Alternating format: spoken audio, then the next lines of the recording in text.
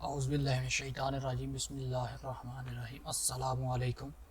آج کی میری پہلی ویڈیو میں ہم بات کریں گے پاکستان کے بجٹ کے بارے میں۔ اور سب سے پہلے بجٹ کیا ہے؟ بجٹ ایک مالیاتی منصوبہ ہے جو ایک مخصوص مدت، عام طور پر ایک ماہ یا ایک سال کے دوران متوقع آمدنی اور اخراجات کا خاکہ پیش کرتا ہے۔ یہ افراد، کاروبار اور حکومتوں کے لیے اپنے مالیات کو مؤثر طریقے سے منظم کرنے کے لیے اہم ذریعہ ہے۔ یعنی بجٹ ایک تخمینہ ہوتا ہے جو حکومت آنے والے سال کے یہ لگاتی ہے کہ ان کی متوقع آمدنی کتنی ہوگی، کہاں سے آئے گی، اور اخراجات کتنے ہوں گے اور کہاں پر خرچ ہوں گے۔ ہم اگلی بات کرتے ہیں پاکستان کا وفاقی بجٹ 2025-26۔ بجٹ ایک تخمینہ ہوتا ہے آنے والے سال کا۔ آنے والے سال میں حکومت کی کل آمدنی کا، اخراجات کا، کہ حکومت کس ادارے پر کتنا خرچ کرے گی اور کن چیزوں سے وہ اپنی آمدنی حاصل کرے گی۔ پاکستان کا وفاقی بجٹ وزیر خزانہ محمد اورنگزیب نے 10 جون 2025 کو قومی اسمبلی میں پیش کیا۔ بجٹ کے اندر متوقع کل آمدنی 19,278 ارب روپے رکھی گئی، یعنی کہ حکومت کا ہدف ہے کہ 2025-26 کے اندر 19,278 ارب روپے آمدنی ہو۔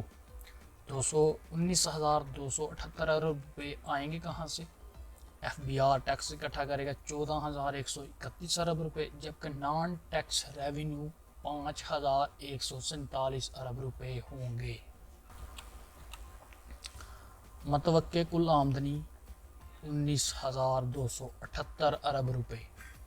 N F C national finance commission کے تحت 8,206 ارب روپے صوبوں کو منتقل ہو جائیں گے، یعنی کہ 19,000 میں سے 8,000 اگر صوبوں کو دے دیے تو وفاق کے پاس جو خالص آمدنی بچتی ہے وہ بچتی ہے 11,072 ارب روپے۔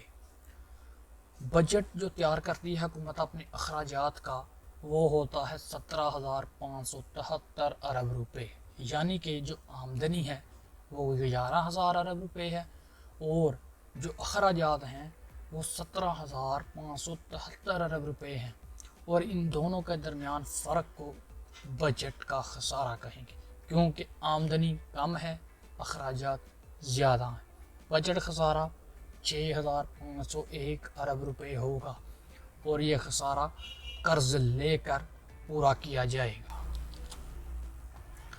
اب پاکستان کا جو کل بجٹ پیش کیا گیا 17,573 ارب روپے، وہ کہاں کہاں خرچ ہوگا؟ سود کی ادائیگی کے لیے، یعنی کہ حکومت پاکستان پر جو قرض ہے اس پر جو سود ہے اس کی ادائیگی کے لیے 8,207 ارب روپے رکھے گئے ہیں۔ دفاع کے لیے 2,550 ارب، 2,550 ارب روپے۔ سود کل بجٹ کا 47% ہے، یعنی کہ پاکستان کا آدھا بجٹ سود کی ادائیگی کے لیے جا رہا ہے، جبکہ دفاع کل بجٹ کا 14.5% ہے۔ گرانٹس اور صوبوں کو منتقلی 1,928 ارب روپے کی ہے جو کل بجٹ کا 11% ہے۔ پینشن کی مد میں 1,055 ارب روپے رکھے گئے ہیں جو کل بجٹ کا 6% ہے۔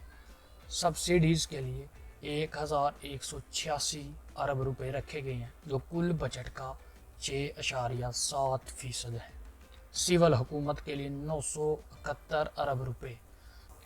قدرتی آفات اور دیگر اخراجات کے لیے ہنگامی اقدامات پر جو پیسے حکومت جاری کرے گی ان کے لیے 389 ارب روپے رکھے گئے ہیں جو کل بجٹ کا 2.2%۔